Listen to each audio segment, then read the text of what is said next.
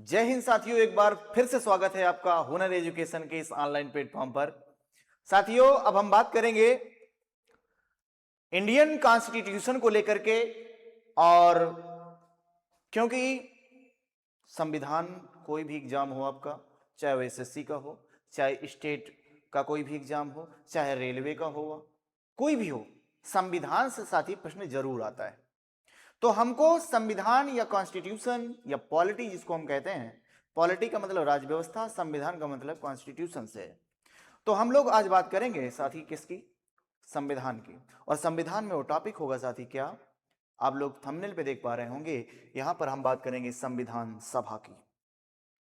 साथ ही हम उन सभी तथ्यों की बात करेंगे जो आप थंबनेल में देख पा रहे हैं, इससे भी और बेहतर आपको बताने का प्रयास करूंगा। इसलिए क्लास को जल्दी से लाइक कर दीजिएगा मेरे दोस्त, और जो भी मेरे दोस्त चैनल पर नए हैं तो सब्सक्राइब कर लें, बेल आइकन को प्रेस कर लें, जिससे आने वाला नोटिफिकेशन भी उनको मिलता रहे। साथ ही अपने दोस्तों को सभी को शेयर कर दीजिएगा, जिससे इस क्लास का नोटिफिकेशन पहुंच जाए या उनको भी लाभ पहुंच सके। चलिए साथी, बात करते हैं अपनी क्लास की ओर। और क्या है इस क्लास में, उन सभी तथ्यों की चर्चा करते हैं और बेहतरीन तरीके से इस क्लास को जानने का प्रयास करते हैं। चलिए, तो संविधान सभा क्या थी साथी? यह संविधान सभा क्यों बनी, क्या कारण था इसके बनने का, संविधान की जरूरत क्यों हुई? क्या इसके पहले हमारे देश का संविधान नहीं था? अगर नहीं था तो वो कौन सा संविधान था, जिससे क्या था उस समय? क्या उस समय लोकतंत्र नहीं था? साथ ही कुछ ये था कि जब हमारे देश में संविधान नहीं था, इसके पहले अंग्रेजों का संविधान था, क्योंकि हम अंग्रेजों के अधीन थे, हम अंग्रेजों के गुलाम थे। इसके पहले आप देखेंगे तो मुगलिया सल्तनत के गुलाम रहे। इसके पहले भी आप देखेंगे तो आप दिल्ली सल्तनत में राजाओं, राजवंश के गुलाम रहे। इसके पहले भी देखेंगे तो आप राजपूत शासन में से राजाओं के गुलाम रहे। इसके पहले भी देखेंगे तो आप एंशियंट हिस्ट्री में चले जाएंगे, जो आपको राजवाड़े हुआ करते थे, अर्थात हम जो जनता है, जो समाज था, वह राजाओं के अधीन उनके नियमों, उनके कानूनों पर कार्य करता था।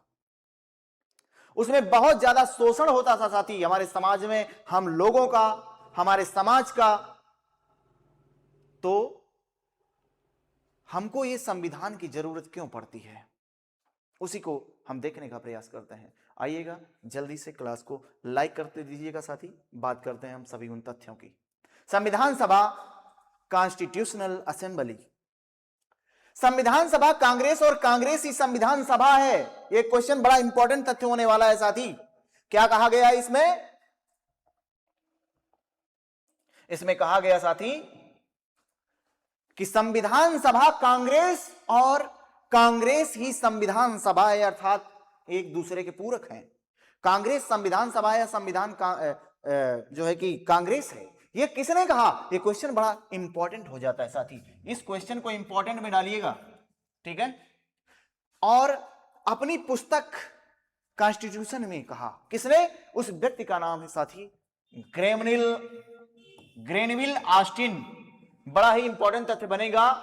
और साथी यही नहीं, ये एक नहीं, यहां से मैं उन सभी तथ्यों की चर्चा करूंगा। आप कोई भी बुक उठा के लीजिएगा एमसीक्यू की, वहां पर देखिएगा जाकर के सारे आप लोग क्वेश्चन वहां पर सॉल्व कर पाओगे। इसलिए मैं कहता हूं, साथी एक लाइक तो बनता है, ठीक है।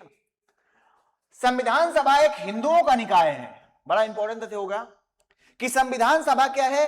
हिंदुओं का निकाय है। संविधान सभा में सिर्फ हिंदू हैं, वहां का उन्हीं का एक सिस्टम है। ये किसने कहा? लॉर्ड बिस्काउट, अंग्रेजी ही है सभी ये। संविधान सभा का विचार साथी ये किसके मन में सबसे पहले आया था? क्वेश्चन बढ़ेगा। संविधान सभा का विचार एक व्यक्ति थे, हेनरी मैन, जो इंग्लैंड के रहने वाले थे। इन्होंने संविधान सभा का विचार दिया हुआ था, कॉन्स्टिट्यूशनल असेंबली का विचार दिया हुआ था। संविधान सभा को व्यवहारिक रूप किसने दिया? अमेरिका, मतलब किसने दिया था व्यवहारिक रूप, अर्थात संविधान सभा किसकी देन है कह सकते हैं? अमेरिका और फ्रांस ने। क्वेश्चन इंपॉर्टेंट रहेगा। फ्रांस के संविधान सभा को राष्ट्रीय सभा कहा जाता है साथी, ये इंपॉर्टेंट तथ्य हो जाएगा। फ्रांस की संविधान सभा को किस नाम से जानते हैं? राष्ट्रीय सभा के नाम से जानते हैं। सबसे पुरानी संविधान सभा साथी किसकी है? बोलेंगे सबसे पुरानी सभा, संविधान सभा साथी किसकी है? अमेरिका की है साथी, अमेरिका की। संविधान सभा की मांग, अनऑफिशियल डिमांड इसकी कब होती है साथी? अनौपचारिक मांग इसकी कब हुई? संविधान सभा की अनौपचारिक मांग कब कब की गई? इन सभी तथ्यों की हम बात करते हैं और आपके सामने दिए गए हैं, सभी प्रश्न पूछे गए हैं और संभावना भी रखते हैं साथी। संविधान सभा की अनौपचारिक मांग सबसे पहले किसने किया हुआ था साथी? बाल गंगाधर तिलक ने किया हुआ था। किस माध्यम से किया था? किस बिल के माध्यम से किया था साथी? तो यहां पर इंपॉर्टेंट तथ्य बनेगा स्वराज बिल। कौन सा बिल है साथी? स्वराज बिल के माध्यम से संविधान सभा की सबसे पहले अनौपचारिक मांग जो करी वह किसने करी थी साथी? बोलेंगे बाल गंगाधर तिलक ने। और किस बिल के माध्यम से? स्वराज बिल के माध्यम से किया था। कब किया? यह भी तथ्य बनेगा, सन 1895 ईस्वी में किया था। बड़ा इंपॉर्टेंट तथ्य होगा। कांग्रेस के 33वें अधिवेशन में जो कि दिल्ली में होता है साथी, सन 1918 का समय है, संविधान सभा की यहां पर पहली बार जो है कि मांग रखी गई कि संविधान सभा होनी चाहिए।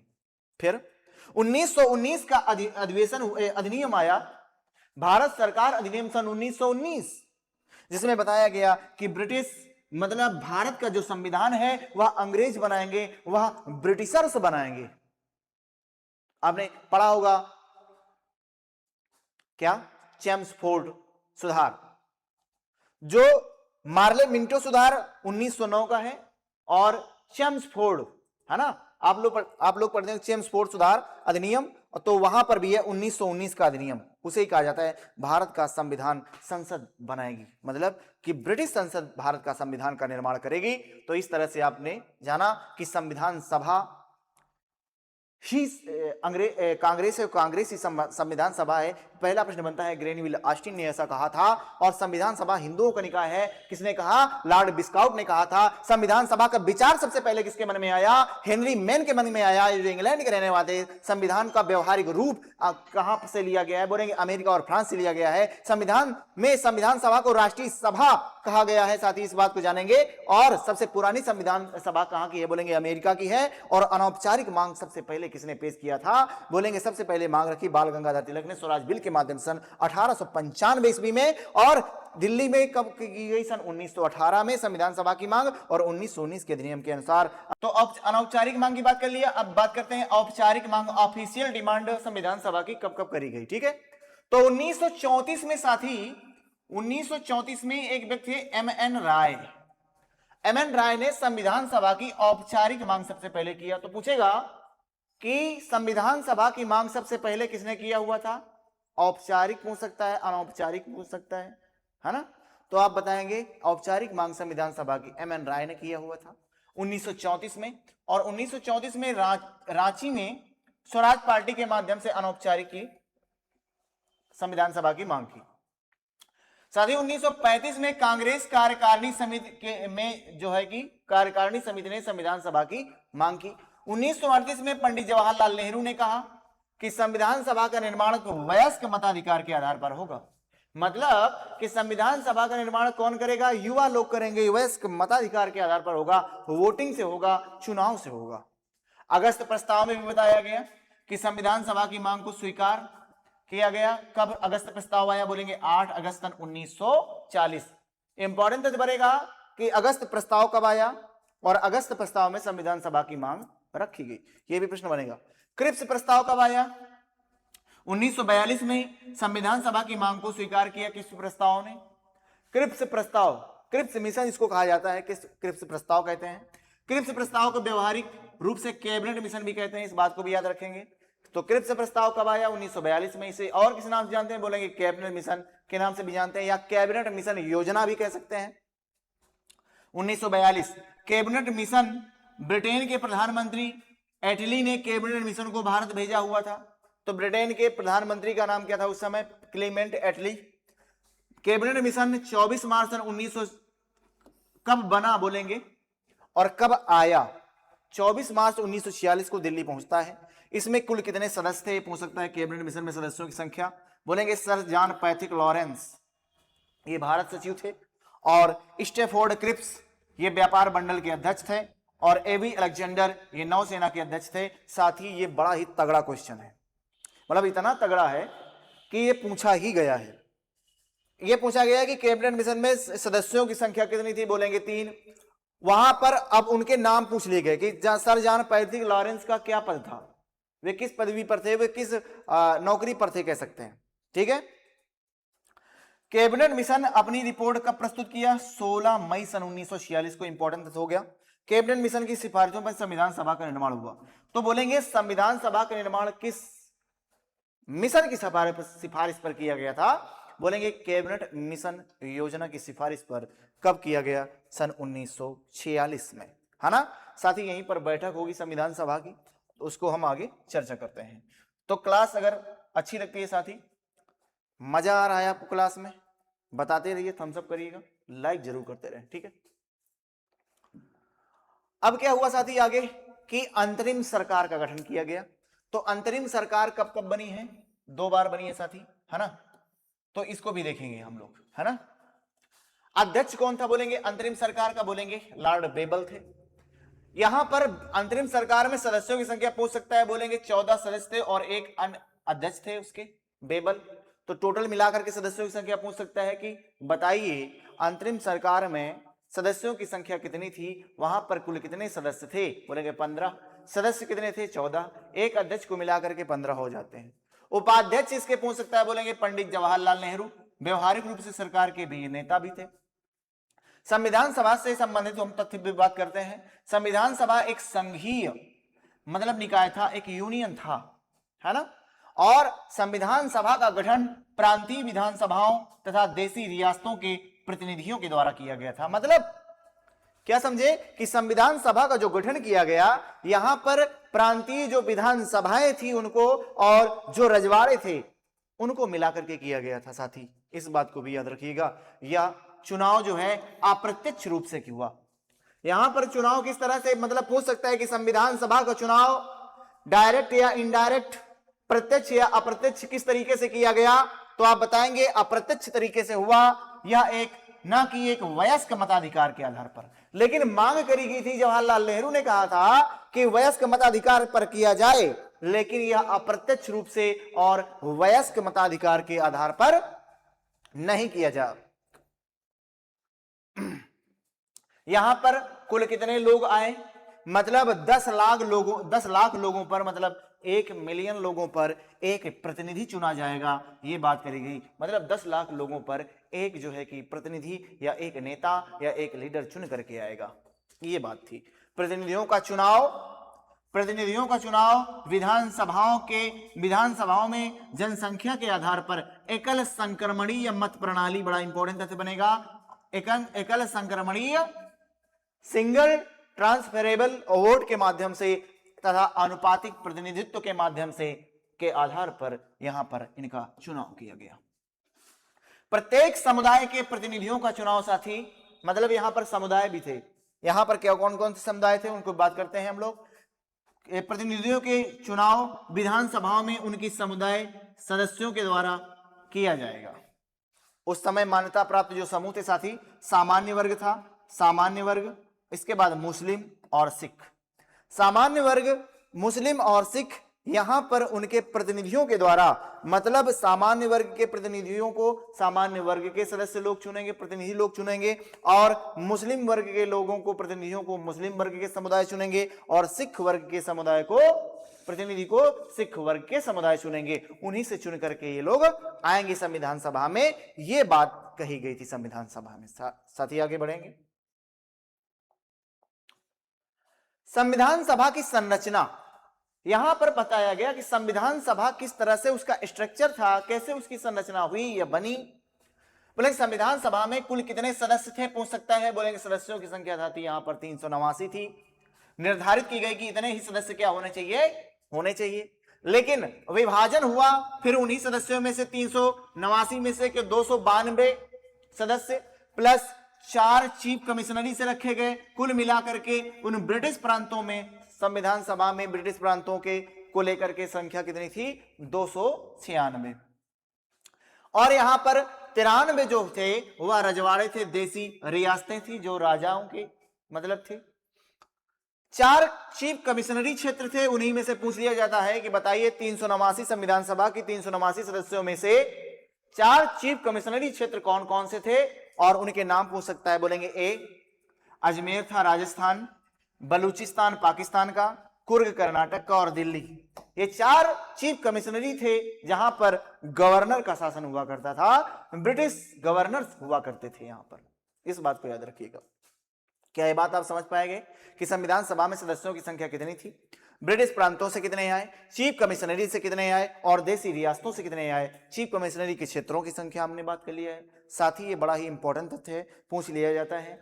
रटने का प्रयास मत करिएगा, इसको एक बार दोहरान करने का प्रयास करें, रिवीजन करने का प्रयास करें, समझ में स्कैन करने का प्रयास करें। मतलब आप इस तरह से पढ़ें, कोई भी चीज आप लिख देखते हैं तो उसको पहले मगअप करें, मनन करें, जिसके माध्यम से आपको लंबे समय तक याद कर रहेगा। जो आपने टॉपिक पढ़ा है उसका अपनी रफ कॉपी पर निकाल करके उसको अपने मतलब कहीं से देखना नहीं, कुछ भी नहीं, हमने क्या पढ़ा उस टॉपिक को उसको तुरंत जो है कि अपनी रफ कॉपी पर लिखना है। इसके बाद जहां पर भूल रहे हैं, जहां पर गलती हो रही है, वो जा करके फिर तुरंत से उसको आप देख पाएंगे। इस तरीके से पढ़ने का तरीका होता है साथी, जो आपको लंबे समय तक याद रहेगा। आगे बढ़िएगा।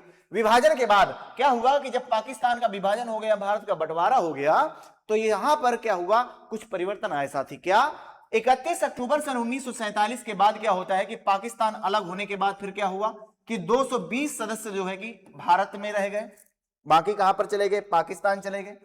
79 सदस्य जो है पाकिस्तान में यहां पर चले जाते हैं, है ना।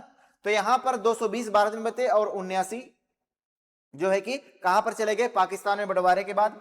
कुल 299 में से 284 सदस्यों ने हस्ताक्षर किए।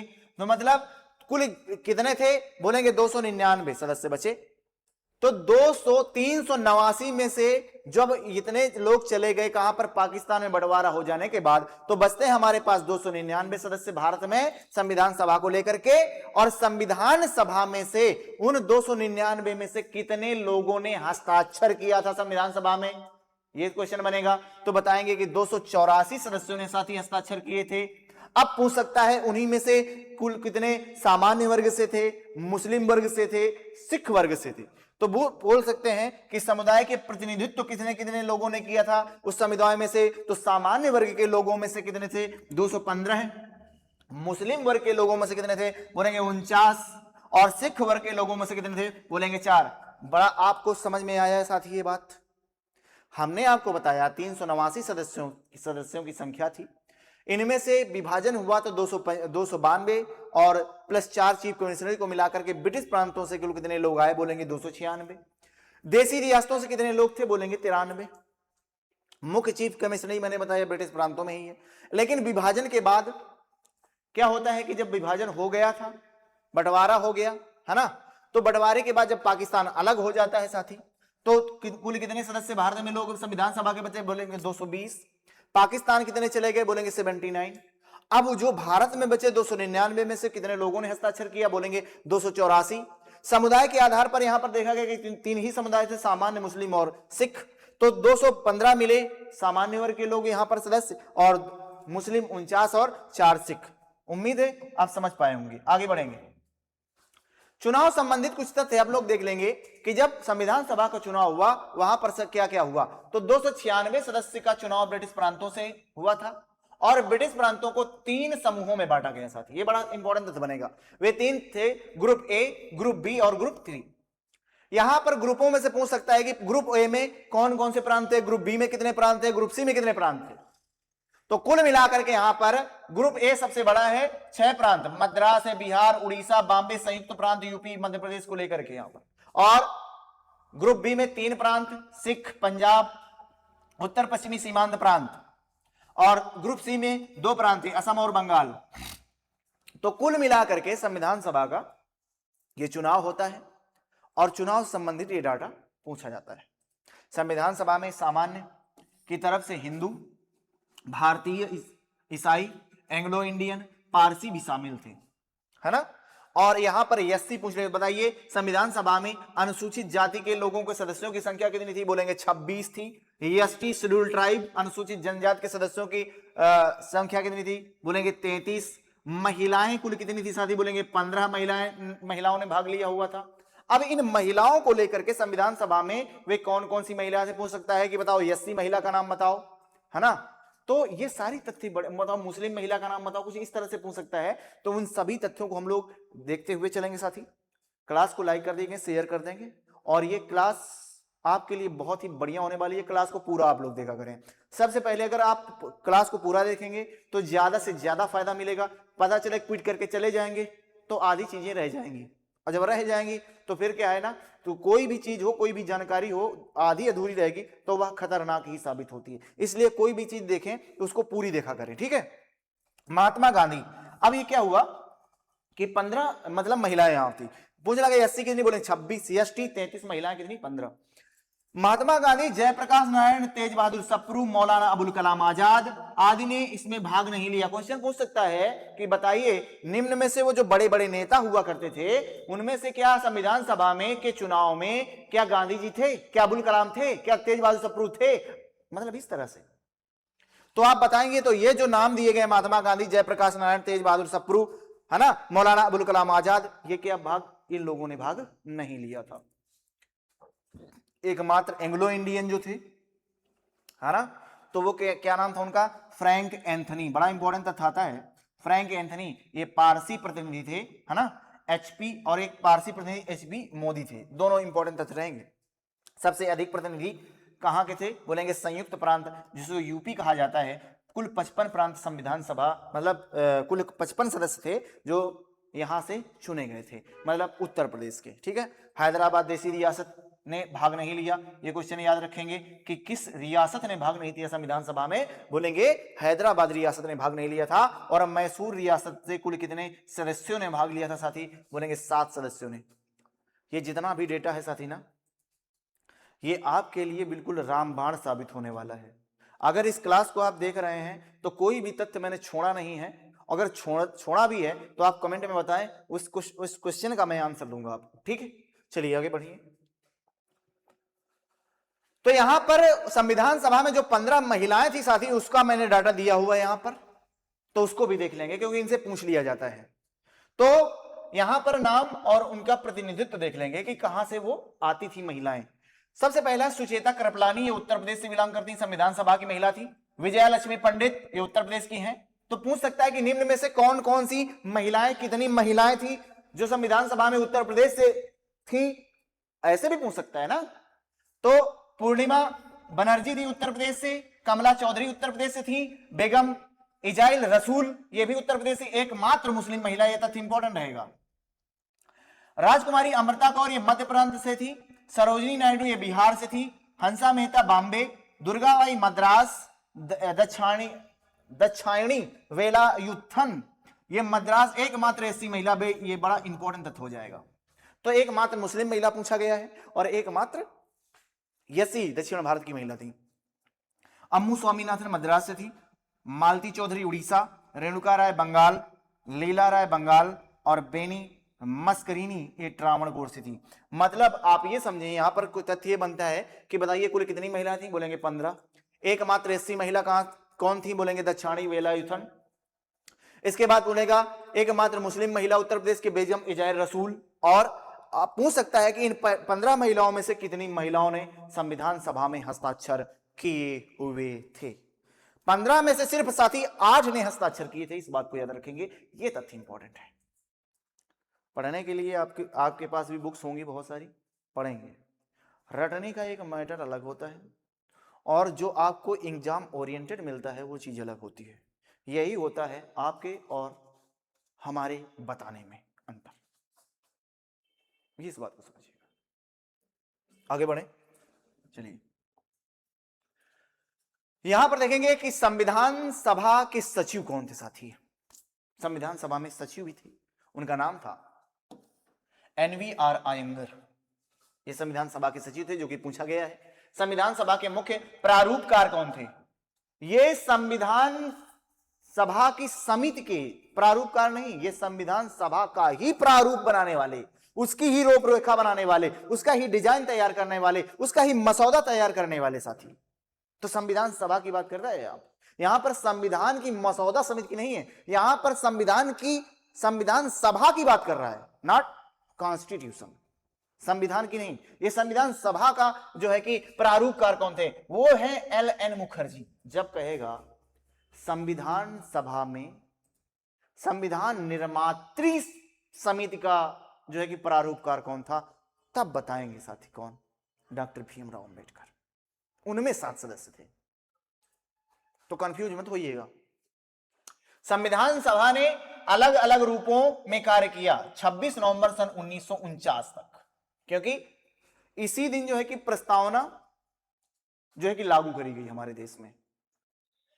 प्रस्तावना जिसे उद्देश्य प्रस्ताव, जिसे प्रियम्बल, जिसे अमुख, आमुख, जिसे भूमिका, जिसे उद्देशिका के नाम से जाना गया साथी।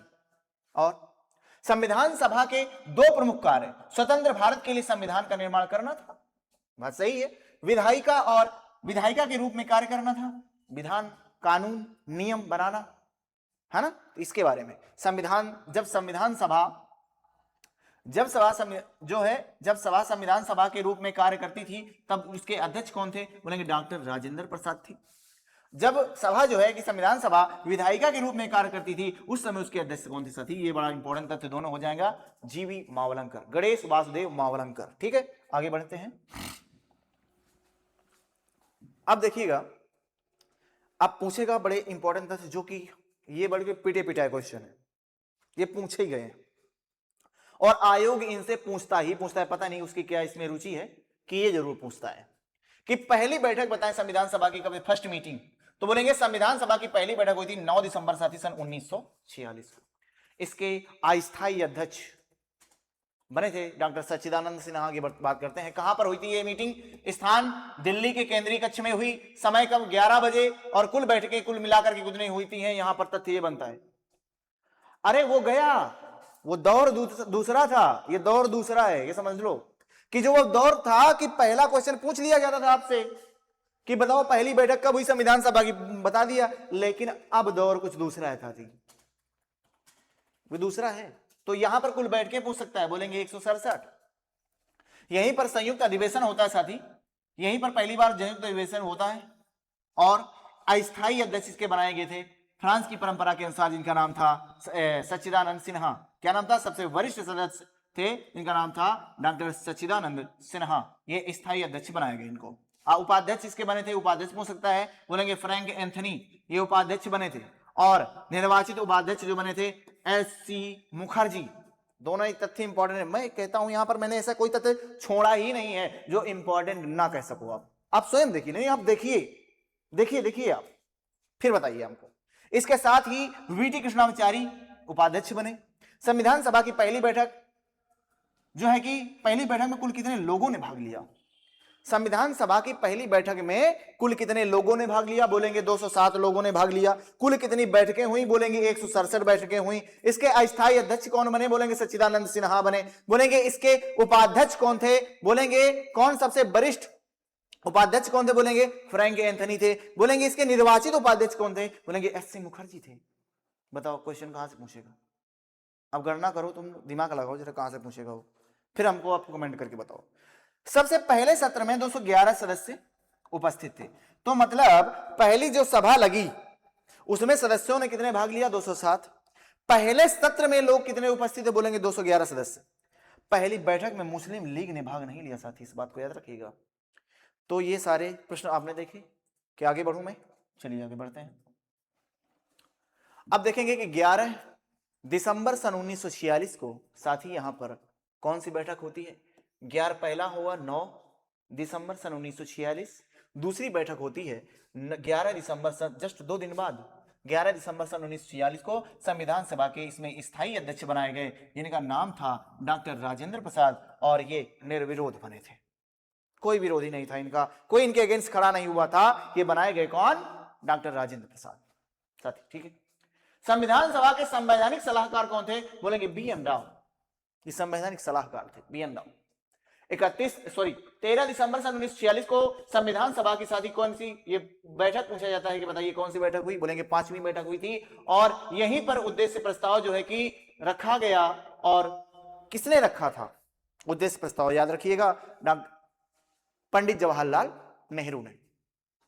पंडित जवाहरलाल नेहरू ने इसका तैयार किया, मसौदा मतलब उद्देश्य प्रस्ताव तैयार किया, रखा इन्होंने, जिसे बैठक में प्रस्तुत किया गया, उसका नाम था 5वीं बैठक।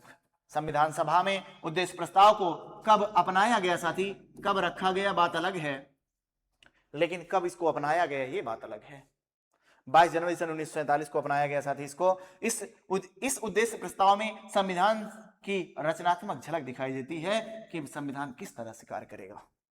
उद्देश्य प्रस्ताव के बाद ही संविधान बनाने हेतु विभिन्न समितियों का गठन किया गया साथी, वो समितियां बनाई गई।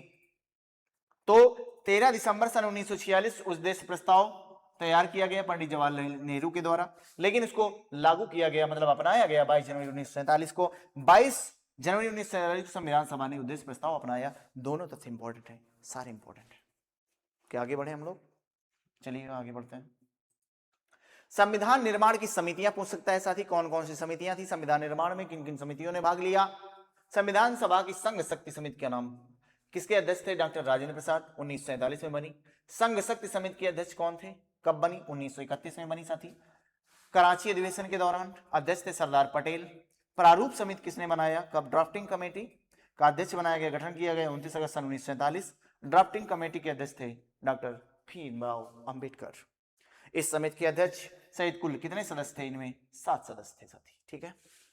डॉक्टर भीमराव अंबेडकर को संविधान सभा के सदस्य सन 1946 में मतलब इनको पूर्वी बंगाल से चुना गया। लेकिन साथी क्या हुआ, 1946 में जब पूर्वी बंगाल से चुना गया, लेकिन जब पाकिस्तान का बंटवारा हो गया तो पूर्वी पाकिस्तान जो चला गया, बांग्लादेश और आपका पाकिस्तान तो बंटवारा हो ही गया था, तो वहां से उनकी सीट भी हट गई। तो इनको पुनः चुना जाता है। पूर्वी बंगाल पाकिस्तान में चला जाने के बाद डॉक्टर अंबेडकर को बॉम्बे या मुंबई से चुना गया और संविधान सभा में जो है कि इनको सदस्य बना लिया गया। फिर क्या होता है साथी, संविधान निर्माण। किस तरह से संविधान निर्माण हुआ? संविधान निर्माण का कार्य किसको सौंपा गया साथी? प्रारूप समिति को। कि जो प्रारूप समिति है, जो मसौदा तैयार करती है, जो उसका स्ट्रक्चर बनाती है, इसको सौंपा जाता है। जिनमें 7 सदस्य थे, सबसे इंपॉर्टेंट सदस्य थे जिनका नाम है, जिनको विधि निर्माता कहा जाता है, आधुनिक मनु के नाम से जाना जाता है, वे थे हमारे डॉक्टर भीमराव अंबेडकर, जिनके द्वारा इस संविधान के निर्माण को किया गया। ये जितना बोलने में सरल लगता है उतना है नहीं साथी, ठीक है। प्रारूप समिति ने 6 महीने के से कम समय में, बताइए इतने बड़े संविधान को 6 महीने के अंदर, 6 महीने के से कम में प्रारूप तैयार करके डॉक्टर भीमराव अंबेडकर ने संविधान सभा को प्रस्तुत किया है। संविधान सभा में आप लोगों ने जाना कि 389 सदस्य थे और उसके बढ़ने के बाद 296 से बचे, फिर उसमें बनने के बाद 299 से आए, लेकिन उन्हीं में से सिर्फ 7 सदस्य प्रारूप समिति में आए और उन्हीं 7 सदस्यों में से सबसे आगे से जिसको सबसे ज्यादा जिम्मेदारी थी, जिसको जाति के आधार पर भेदभाव देखा, उस समय उनको इतनी बड़ी जिम्मेदारी सौंपी क्या? उन्होंने स्वयं जिम्मेदारी ली कि मेरा समाज सोया हुआ है और मुझे जगना पड़ेगा, ठीक है। तो यही था कि उन्होंने 6 महीने से भी कम समय में प्रारूप समिति में संविधान सभा के सामने संविधान का प्रारूप बना करके तैयार कर दिया, एक स्ट्रक्चर बनाया कि हमारे देश का संविधान कुछ किस तरह से होना चाहिए। तो बहुत सारे लोग हुए, मतलब किसी ने उनको बुरा भला कहा, बुराइयां की, उनके प्रारूप को पढ़ा कि अरे बिल्कुल घटिया है, बेकार है, इसमें ये कमियां हैं, वो कमियां हैं। खामियां निकालने वाले बहुत थे, लेकिन जो दिन रात मेहनत कर रहा है उसका सपोर्ट करने वाला कोई व्यक्ति नहीं हुआ, ये बात समझिएगा। तो प्रारूप पर चर्चा हो गई, रीडिंग ऑफ ड्राफ्ट। पहले प्रारूप पर क्या होती है कि सबसे पहला प्रारूप पूछ लिया जाता है कि पहली रीडिंग कब हुई, पहला वाचन कब हुआ, या कह सकते हैं कि बताइए संविधान सभा में जब प्रारूप तैयार किया गया डॉक्टर भीमराव अंबेडकर के द्वारा, उनमें पहला वाचन होता है साथी, और उन्हीं वाचन को बोलते हैं फर्स्ट रीडिंग। 4 नवंबर सन 1948 को पहली रीडिंग प्रारंभ हुई और समाप्त होती है 9 नवंबर सन 1948 को। टोटल मिलाकर के जो समय था तो ये कम से कम 5 दिन का था। 5 दिन पर क्या हुआ, ये फर्स्ट रीडिंग हुई, संविधान सभा के सभी सदस्यों को प्रतियां बांटी डॉक्टर भीमराव अंबेडकर ने कि ये लीजिए, बताइए इसमें क्या कमी है, क्या आपके मतलब ओपिनियन है, आप भी आप लोग बताएं, मैंने तो इस तरह से तैयार किया हुआ है। तो यह सबसे छोटी अवधि, क्वेश्चन पूछ सकता है कि संविधान सभा की पहले वाचन कब से कब तक चला और सबसे ज्यादा या कितने वाचन हुए, इस तरह से तो आप बता पाएंगे। आगे बढ़ेंगे हम लोग, आगे देखिएगा साथी। अब दूसरा वाचन होता है, सेकेंड रीडिंग होती है, इसे हम दूसरा वाचन कहते हैं। 15 नवंबर 1948 को यह हुआ, फिर 15 नवंबर 1948 को समाप्त होता है 17 अक्टूबर 1947 को। मतलब हम कह सकते हैं कि यह सबसे लंबे समय तक चलने वाला वाचन था, सबसे लंबे समय तक, क्योंकि इसमें सबसे ज्यादा समय लगने का कारण साथी ये क्या, लोगों को समझने में इतना समय लग गया कि यार यहां पर क्या होना चाहिए। लोग अपने ओपिनियन दे नहीं पा रहे थे, कोई कह रहा था यहां कमी है, कोई कह रहा था यहां कमी, तो कोई एक मत नहीं रहा था वहां पर। थर्ड रीडिंग में क्या हुआ, 14 नवंबर सन 1949 से, और समाप्त होती है 26 नवंबर सन 1949 को। मतलब आपने देखा 14 नवंबर 1949 और 26 नवंबर 1949 समाप्त हो गई वाचन। ये जब समाप्त होती है तो इसी दिन 26 नवंबर 1949 को ही पंडित जवाहरलाल नेहरू ने समझा कि हम उद्देश्य प्रस्ताव को रख देते हैं। ठीक, तो यही था 26 नवंबर 1949 संविधान सभा ने संविधान को अंगीकार भी किया है। मतलब संविधान को अंगीकार किया, संविधान को अंगीकार का मतलब होता है उद्देशिका को अंगीकार किया। उद्देशिका को आपने पढ़ा, आप लोग जानते हैं, we the people of India, हम भारत के लोग भारत को संपूर्ण प्रभुत्व संपन्न समाजवादी पंथ निरपेक्ष लोकतंत्रात्मक गणराज्य बनाने के लिए तथा उसके समस्त नागरिकों को सामाजिक आर्थिक राजनीतिक न्याय मतलब इस तरह से जो उद्देशिका है उसको रखा गया। इधर द्वारा हम संविधान को अंगीकृत अधिनियमित और आत्मार्पित करते हैं। तो चीजें किया गया ना कि हमने अंगीकार किया है, आत्मार्पित किया है, अपने अंग लगाया है संविधान सभा को। तो ये बात कब करी गई साथी, 26 नवंबर 1949 को। इस दिन संविधान दिवस के रूप में मनाया जाता है साथी। मतलब जो 26 नवंबर है, इस दिन उद्देशिका को हमने क्या किया था, अंगीकार किया गया, संविधान को अंगीकार किया था। तो इसी डेट को लेकर के 26 नवंबर को हम क्या मनाते हैं, संविधान दिवस के रूप में मनाते हैं।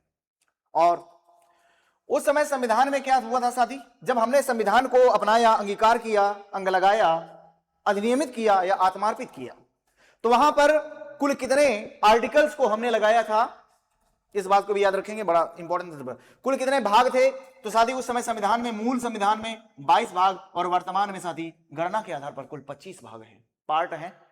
अनुच्छेद कितने थे साथी, 355, और अभी भी हैं अनुच्छेद, अभी भी उतने ही हैं, लेकिन काउंटिंग के आधार पर किया जाए कि बोला जाएगा 19 का चा का, मतलब इस तरह से 21 का 51 का, इस तरीके से ना, तो इस तरह से हो जाते हैं आपके 470 प्लस करके। और अनुसूचियां कितनी हैं बोलेंगे, 8 अनुसूचियां थी, लेकिन 3 अनुसूचियों को फिर से जोड़ा गया है साथी, वे अलग अलग संविधान संशोधन के द्वारा, कॉन्स्टिट्यूशनल अमेंडमेंट के द्वारा, तो 12 होगी। तो इस बात को आप याद कर पाएंगे। लेकिन हमने जब संविधान की उद्देशिका को अपनाया था, उस दिन हमने 26 नवंबर 1949 को कुछ आर्टिकल्स भी लागू किए थे। वे थे 16 आर्टिकल और अलग अलग पार्ट से थे, उनको भी याद रखिएगा। अंगीकृत करते समय लागू अनुच्छेद, कुल अनुच्छेद हमने 16 अनुच्छेद 26 नवंबर 1949 को लागू किए। नागरिकता से संबंधित जैसे अनुच्छेद 5 है ना, 6, 7, 8, 9, 60, फिर इसके बाद इस तरह से होकर के हमने कुल मिलाकर के 16 आर्टिकल्स को लागू किया था उस दिन। ये सभी 26 नवंबर 1949 को लागू किए गए थे साथी। सारे इंपॉर्टेंट तथ्य, आगे बढ़ेंगे हम लोग। फिर क्या होता है, सबसे पहले लागू अनुच्छेद कौन सा हुआ है, बड़ा इंपॉर्टेंट तथ्य बनेगा। सबसे पहला कौन सा आर्टिकल लागू किया गया, अनुच्छेद 5। अनुच्छेद 392 क्या था, कठिनाइयों को दूर करने का अधिकार है इसमें। अनुच्छेद 393 क्या है, संविधान सभा का संक्षिप्त नाम दिया गया है। अनुच्छेद 394 क्या है, संविधान सभा को लागू करने की तिथि है, कि संविधान सभा को कब लागू किया गया, उस दिन की तिथि है। 26 नवंबर 1950 को संविधान लागू किया गया, और इसी दिन को हम क्या मनाते हैं, गणतंत्र दिवस के रूप में मनाते हैं। ठीक है ना। प्रस्तावना भी लागू हुई, प्रस्तावना भी लागू है ना। प्रस्तावना तो लागू या अंगीकार किया गया था, लेकिन लागू किस दिन हुआ, जब हमने संविधान को पूरी तरह से लागू किया है 26 जनवरी सन 1950 को। याद रखिएगा, 22 जुलाई सन 1947 को राष्ट्रीय ध्वज को संविधान सभा ने अपना लिया। तैयार किसने किया था राष्ट्रीय ध्वज को, पिंगली वेंकैया ने। अनुपात 3:2 के अनुपात में है, तीलियां 24 हैं साथी। ठीक है। और 1949 में भारत राष्ट्रमंडल का सदस्य बनता है। बड़ा इंपॉर्टेंट बना कि भारत राष्ट्रमंडल का सदस्य है ना कब बनता है, बोलेंगे कॉमनवेल्थ का सदस्य बना था सन 1949 में। आगे बढ़े। 24 जनवरी, बड़े इंपॉर्टेंट तथ्य हैं साथी, इनको हल्के में मत लीजिएगा, सारे तथ्य बड़े इंपॉर्टेंट हैं, बड़े गौर से देखें इसको। 24 जनवरी सन 1950 को राष्ट्रगान देखेंगे और राष्ट्रीय गीत को भी अपनाया गया। बड़ा इंपॉर्टेंट तथ्य है। संविधान सभा की अंतिम बैठक भी यहीं पर होती है। राजेंद्र प्रसाद को भी भारत का पहला राष्ट्रपति भी चुना जाता है। ये तीनों तथ्य बड़े इंपॉर्टेंट हो जाएंगे। उस समय 284 सदस्यों ने हस्ताक्षर किए कुल 299 में से संविधान सभा के। 26 जनवरी सन 1950 को हमारा राष्ट्रीय चिन्ह स्टेट सिंबल अपनाया गया, जिसको अशोक स्तंभ कहा जाता है ना, अशोक चिन्ह कहते हैं। 22 मार्च सन 1957 को राष्ट्रीय पंचांग जो है कि अपनाया गया, जिसको हम राष्ट्रीय कैलेंडर कहा जाता है। पहला महीना जिसमें चैत्र का होता है, जो कि अभी चल रहा है, आप लोग जानते हैं। संविधान सभा बनने में कुल कितना समय लगा, बोलेंगे साथी 2 वर्ष 11 माह 18 दिन का समय लगा था संविधान बनने में। और कुल खर्च कितना आया था साथी, 64 लाख रुपीस का खर्च आया था हमारे संविधान को निर्माण करने में। आगे बढ़ेंगे। संविधान को निर्माण करने में संविधान सभा की पहली प्रति जो है वो कैसी थी, क्या थी, बोलेंगे हस्तलिखित थी, हाथों से लिखी गई पहली लिपि थी, जो कैलीग्राफी कही गई इसको। संविधान सभा के कैलीग्राफर कौन थे, जिसको हाथ से किसने लिखा हुआ था, बोलेंगे प्रेम बिहारी नारायण राय जादा। प्रेम बिहारी नारायण राय जादा। कोई हमारे मित्र ये हैं, कहते हैं कि डॉक्टर भीमराव अंबेडकर ने संविधान का निर्माण नहीं किया था, वो तो किया था किसने, प्रेम बिहारी नारायण राय जादा। उनको ये नहीं पता है कि जब तुम्हारा घर है उसको भी किसी मिस्त्री ने बनाया होगा, तो मालिक तुम काहे बने बैठे हो, हैं? तो ये सारी चीजें साथी सोच समझ कर देखा करें कि उसके पीछे किसका हाथ है और किसकी मेहनत है साथी, ठीक है। संविधान मूल रूप से किस भाषा में था, बोलेंगे अंग्रेजी भाषा में। 58वां संविधान संशोधन जो होता है साथी सन 1987 ईस्वी में होता। संविधान की पहली हिंदी अनुवाद अधिकृत किया गया इसमें, ठीक है। संविधान लागू होते ही साथी क्या होता है, भारत शासन अधिनियम समाप्त हो गया, इस बात को याद रखिएगा। भारत स्वतंत्रता अधिनियम भी समाप्त हो जाता है और ये सारे सब समाप्त हो गए थे, ठीक है। तो ये बात थी हमने आपसे किसकी, संविधान सभा की। उम्मीद है साथियों ये क्लास आपको अच्छी लगी होगी, मेरी उम्मीद तो यही है, क्योंकि मैंने ऐसे कोई क्वेश्चन छोड़ने का प्रयास नहीं किया है। तो साथी आप भी अपने कमेंट में बताएं कौन सा क्वेश्चन रह गया है जो आप लोग अभी नहीं कर पाए हैं, कमेंट के माध्यम से बताते रहें। अगली क्लास में मैं मिलता हूं आपसे, फिर हम बात करेंगे। तब तक के लिए आप देखेंगे जो भी हमारी क्लास पढ़ी हुई है, और मिलते हैं आपको अगली क्लास में। तब तक के लिए जय हिंद, जय भारत, धन्यवाद।